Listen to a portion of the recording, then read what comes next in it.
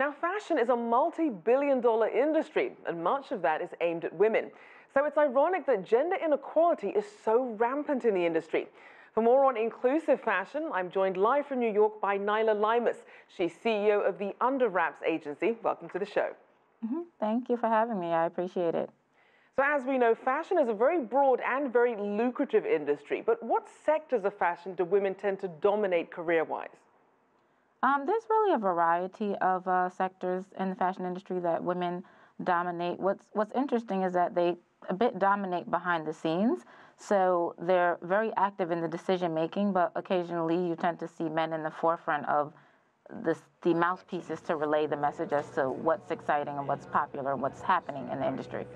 Now, according to McKinsey & Co., Glamour, and the CFDA's Glass Runway survey of about 500 US-based fashion professionals, in 2018, 1 in 5 women say they're often the only woman or one of the only women in the room at work, which is twice as likely for senior-level women. So from an employer's perspective, what does having more women, not just behind the scenes, but also in decision-making roles, what does that do for the industry?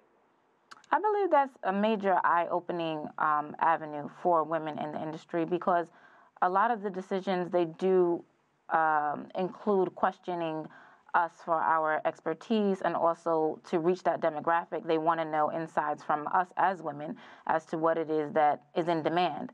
So I believe that that really opens up an avenue for many more women to be brought into the workplace in the fashion industry and be heard more at the major tables, and having a seat at the table and a voice to really understand inclusivity and what women want and what is popular for consumers for purchasing purposes, and naturally boosting, financial gain. Now, for the most part, when we think of fashion, we think of it being aimed primarily at women. But in terms of women in the industry, what are some of the biggest myths and misperceptions about them?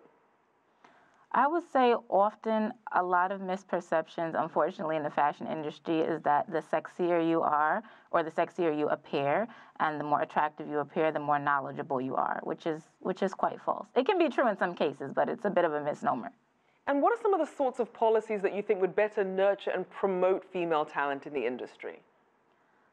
I believe a lot of policies to be implemented that would really assist women in the workplace would be us being more assertive as to what it is that we're comfortable with, and not budging in that way. I think there's definitely strength in numbers, and I've seen a lot of presence of that over the years with just women and movements and, feminist movements and things of that nature. There's just strong numbers and power. So whatever it is that we're looking for, just to be heard and gather others to support that vision, I believe it will be attained.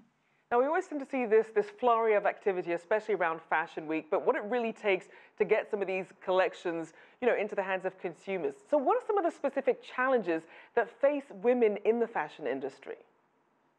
A lot of challenges that women face in the industry, I believe, would be clearly understanding that what it is that we're looking for is something that we're sticking to. So in the sense of goals and what is our purpose in the industry, and not being flip-floppy and not being wish-washy.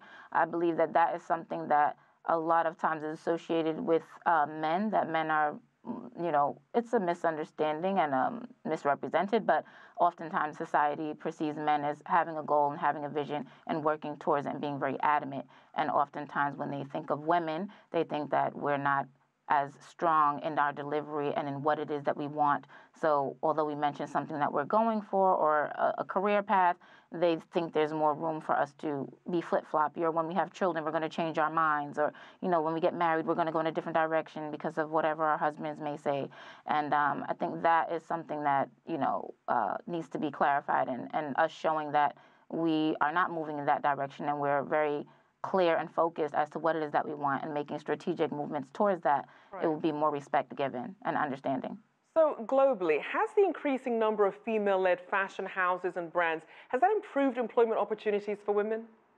They have improved employment opportunities for women, and a lot of that is behind a lot of products, and consumerism has taken a large lead in that regards, in the sense of people wanting to purchase product that they can relate to. And in the past, there was a lot of a certain type of way that marketing would take place. And you see more inclusivity, you see different nationalities, you see different size women that are in campaigns, height, length, weight. A lot of diversity is very inclusive now, and that is something that different companies were pushed to go in that direction for the sake of being able to sell product, because consumers started being more outspoken as to what it is they want to see and how it's not relatable to them. And eventually it affected the bottom line, and people weren't purchasing product because they don't see it to be relatable to themselves. All right, thank you so much for your insights. Nailah Lymus there, CEO of Underwraps Agency. Thanks so much.